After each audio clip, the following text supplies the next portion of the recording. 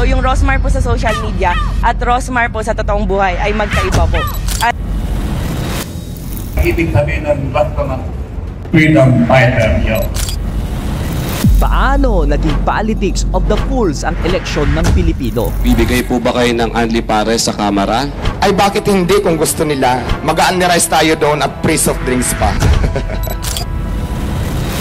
Ngayon po si Chris Aquino, hindi ko po alam kung nasang planeta siya. Kaya magpapakasal na lang ako kay Amy Marcos. Pinagbuka ng araw karnabal ang politika dito sa Pilipinas. Sabi niyo may malalim kayong dahilan kung ba't kayo nandito. Ano po yung dahilan na yun? Surprise naman. Meron din itong nakasaboy na asin o sa himpapawid o cloud seeding upang mabuo ang ulap at pag nabuo ng ulap ay itirahin ito ng lizard. Ginagawa ng katawa-tawa ang positions that leads the Filipino people. I am the chosen one of God. Kapag namatay ako, dinidiktar ako na. Babalik ang kaluluwa ko. Kayang-kaya po wakasan ng laser Kosovo Fortress ang crimes and corruption in real time po.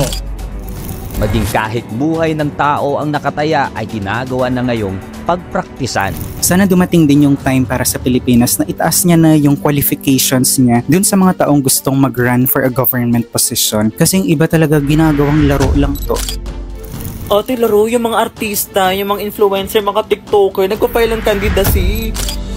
Ano nga ba ang mga qualifications para pwedeng tumakbo bilang politiko? So bakit nga ba dumarami ang mga celebrity at social media personalities ang naghahangad na rin ng posisyon sa gobyerno? Is it to help or for more fame, money, and power? Well, tanging sila na nga lang ba talaga ang pag-asa ng Pilipinas? Nasa kahirapan tayo ay maluwas? This could be the most absurd politics in history. Hey friend, this is a friendly reminder, your friend that reminds. Today ngayong araw, we will talk about the sensational politics of the fools.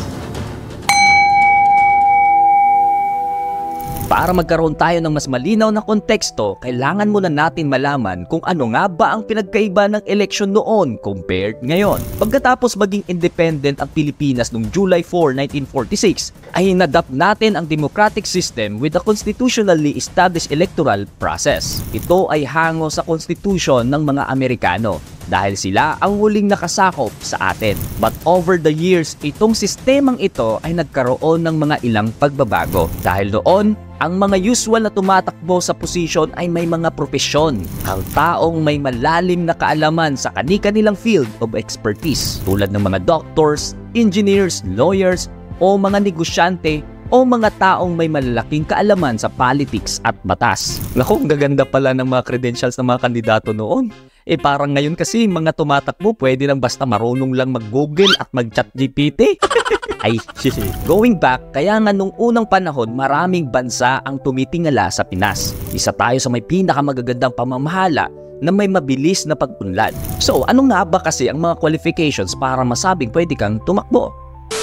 By the way, before I proceed, if bago ka pa lang sa aking channel or page, don't forget to hit the subscribe or follow button para sama-sama tayo sa aking kawerduhan dito sa internet.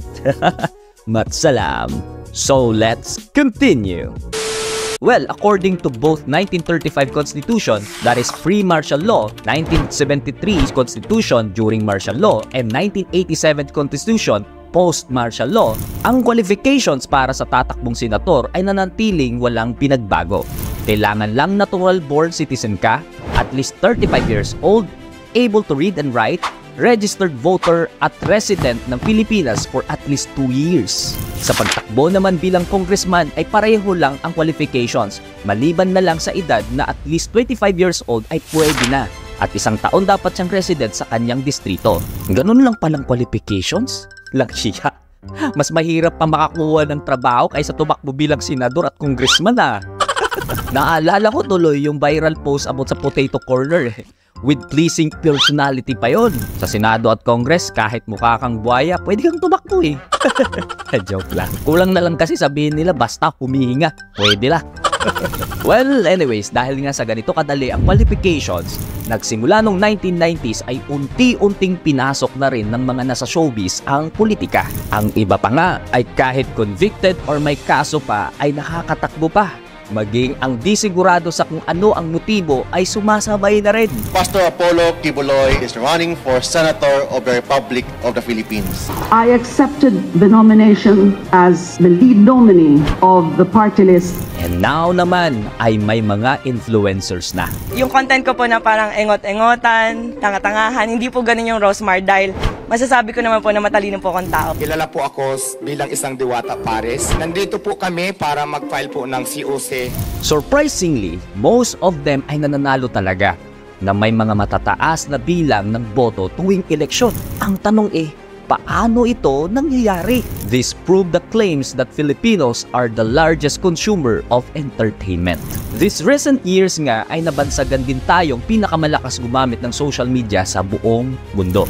Dahil na rin sa sinasabi ng iba na inaaliw na lang daw natin ang ating mga sarili para makalimot sa mga problema. Pero ang totoo niyan, malakas lang talagang umidulo ang mga Pilipino. Malakas umidulo o madaling hauto?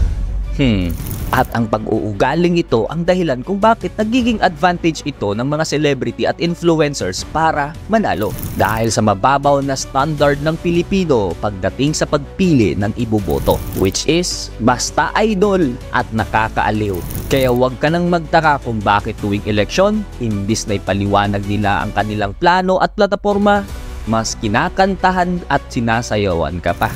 Pero pagtatanungin mo na, nga.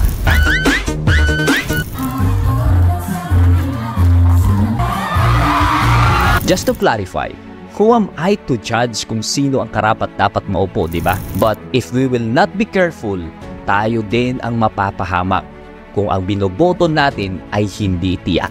To be honest, hanggang ngayon kasi ay hindi ko pa rin talaga maintindihan kung bakit nila pinag-aagawan ang posisyon na maliit naman lang ang sweldo nun. So, it boils down to the question na, are they really running for the position to serve or just for money and power? Remember my friend, clowns wear makeups just to entertain you. Don't fall for politics of the fools. Well, just a friendly reminder.